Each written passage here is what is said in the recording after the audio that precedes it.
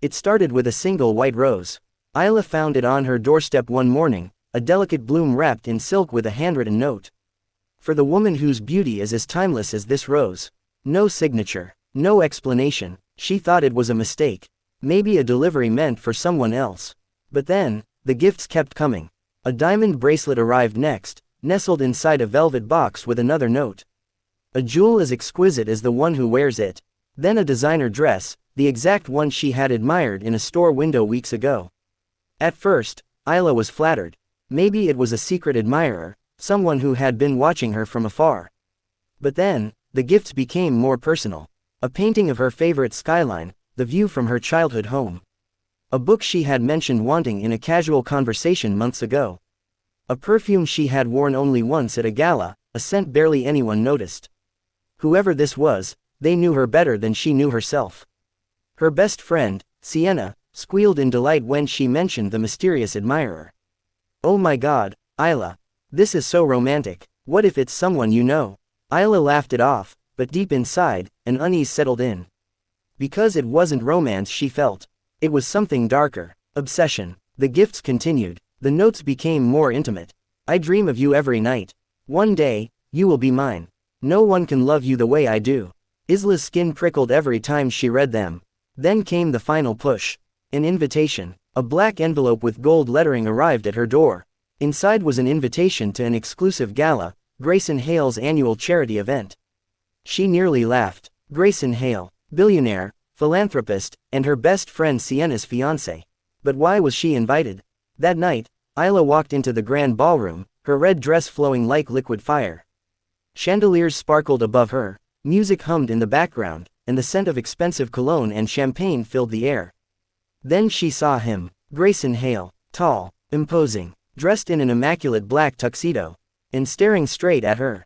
His blue-gray eyes darkened as she approached, and for the first time, she saw something in them that sent a chill down her spine. Possession. She swallowed. "Why did you invite me?" Grayson took her hand, his fingers brushing against hers in an almost reverent touch. "Because I needed you to see me. To know that everything I've done has been for you." Her breath hitched. "What are you talking about?" His lips curved into a slow smile. "The gifts, Isla. The notes. The rose." Her world tilted. "No," she whispered. "Yes," he said softly. "It's always been you." Isla couldn't move, couldn't breathe. This had to be a mistake. A cruel joke. "You're lying," she whispered. Grayson's fingers tightened around hers. "I would never lie to you." She yanked her hand away, her pulse racing. "You're engaged to Sienna." A shadow crossed his face. "I never wanted to be." Isla shook her head. "Then why are you with her?" Grayson exhaled, running a hand through his hair. "Because my family demanded it. Because merging our businesses meant billions. Because Sienna was convenient." A lump formed in Isla's throat. "She's my best friend." "I know," he said. "And I hate that I'm hurting her. But I can't stop this, Isla. I've loved you for years. Even when I shouldn't have." Her heart pounded. "Years." His eyes burned into hers. "Since the first time I saw you. Before Sienna. Before everything." Memories crashed over her. The way Grayson had always looked at her. The way he had lingered whenever she was in the room. The way he had always been there, silently. Watching. Silently waiting. She had ignored it, had dismissed the tension between them as nothing more than polite interest. But now, standing here, hearing the truth, she realized she had been blind.